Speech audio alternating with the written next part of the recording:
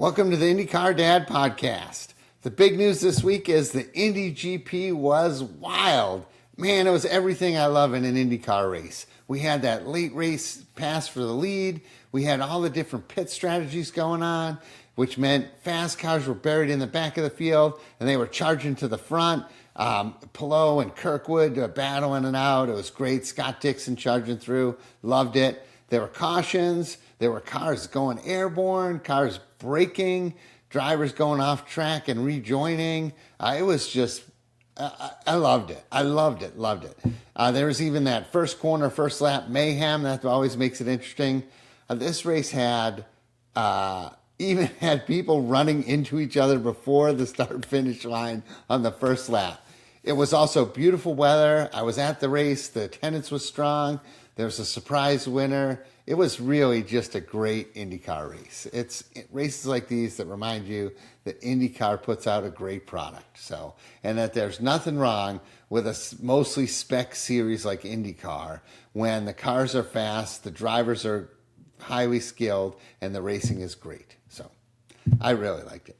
All right, let's look at some of the results. Christian Lundgaard won the race in fine style. I mean, he hunted down David Malukas for that win, and that late race pass was beautiful. So, Graham Rahal was third. That's his second podium this year for Graham. He's looking really good. Joseph Newgarden was fourth. Not usually a strong road course contender these last couple of years. So it was nice to see Joe New up there. Alex Palou made it up to fifth. Scott Dixon, who was involved in a first lap incident, and his car had to be pulled apart from Caillou Collette's car, ends up finishing sixth, which was just an amazing Iceman type performance where he just charged from the back. They had all these crazy pit strategies, and it just really worked out for him. Smart team over there. Louis Foster was seventh. Dennis Hauger got his Dale Coyne car up to eighth place. Fantastic. Kyle Kirkwood was looking strong there, but he ended up ninth. And Nolan Siegel got his first top 10 of the year. So, great top 10. Never would have predicted it. I don't know how your fantasy league did, but mine was all over the place. So, great. Let's do winners and losers. I always say the winners, people that had it go right, and the losers, maybe not so right. So, Christian Lundgaard, he's obviously a winner. He's actually a two-time winner, and he's won races for two different teams, for Rahal Letterman and for McLaren. I think it's a contract year, too, for Christian Lundgaard, so it's looking pretty good, my friend. So, also, everyone in the top five of this race really showed some great survival skills. You know, it's such a mayhem-filled race that it's nice to see those people go on. Scott Dixon, I've already mentioned that I really found his performance really amazing. And Dennis Hauger to get eighth place in that Dale Coyne car in his rookie year is really nice. Also winners in this race, the fans. It was great racing, it was great weather, and it was lots of fun. It was just a great day to be at the track. So, hate to do the losers, but, you know, that's part of what the news is about. ECR, man, Ed Carpenter Racing, whew, man, their cars finished last and second to last. DFL and 2 DFL. So that's rare even for the worst teams in IndyCar to pull that off. So an ECR is a well-funded team. So it's sad. I know that Rossi's car supposedly was a hybrid problem. I don't know what happened with Rasmussen, but not good. So, and the other losers, the Swedes.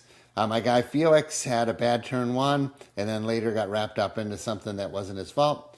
Marcus Ericsson ended the race with a mechanical problem. So not a great day for the Swedes. So what's next? This is an exciting week. So we have some great things coming up. It's Indy 500 practice all week. So Tuesday, Wednesday, Thursday from noon till I think about 6 p.m.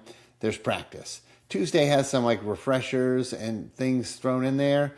And then later in the afternoon, it's just open skate. Wednesday's open skate. Thursday's open skate. Friday is called Fast Friday, and that's because they turn up the boost and make more power for the cars in qualifying engine trim. So they try that out on Friday, get the cars set up for qualifying. They'll be trimming the cars out, making them absolutely as fast and dangerous as possible on Friday, because Saturday qualifying starts.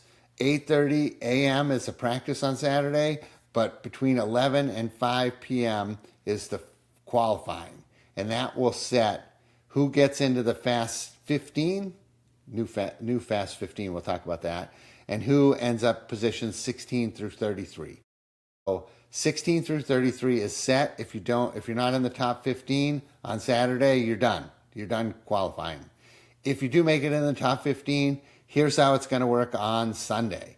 So on Sunday, starting at 1, there's a practice, but at 4 p.m. is pole day. And there's 3 segments. I'll explain. It's not like anything they've done before, so it's all new.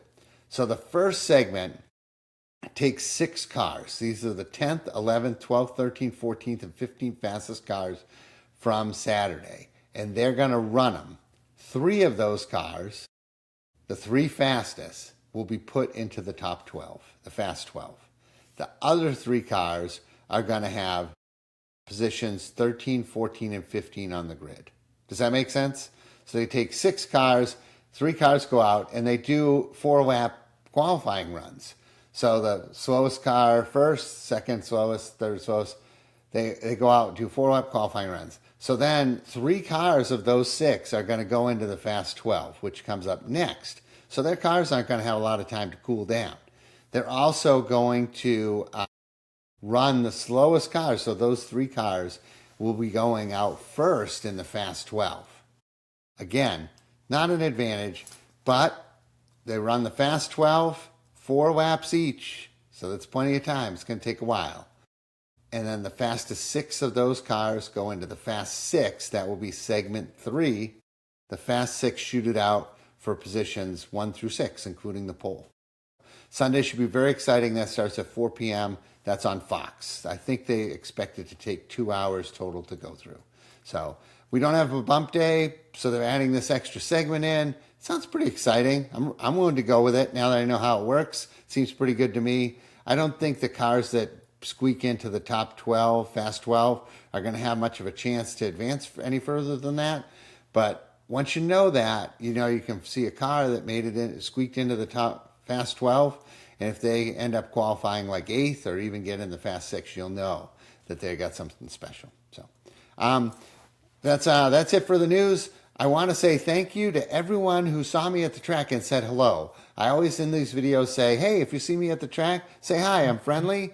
But you know what? Who else is friendly? You guys are friendly. So if you do see me at the track, say hello. I'll be at a lot of races this year, including the 500, of course. I'll be at Detroit as well, and the list keeps growing. So I'm IndyCarDad. Thanks for listening to my podcast. Also, you can follow me on social media. I'm IndyCarDad, and actually I got on Stingray Rob's Instagram this week because I made Stingray Rob a Stingray robe. It was a big robe with a stingray, and he really liked it, and I gave it to him in person, and someone from the social media team got video of that and put it out there and put my name to it. So that was very nice of them. So great. Thanks again, everybody. See you next week.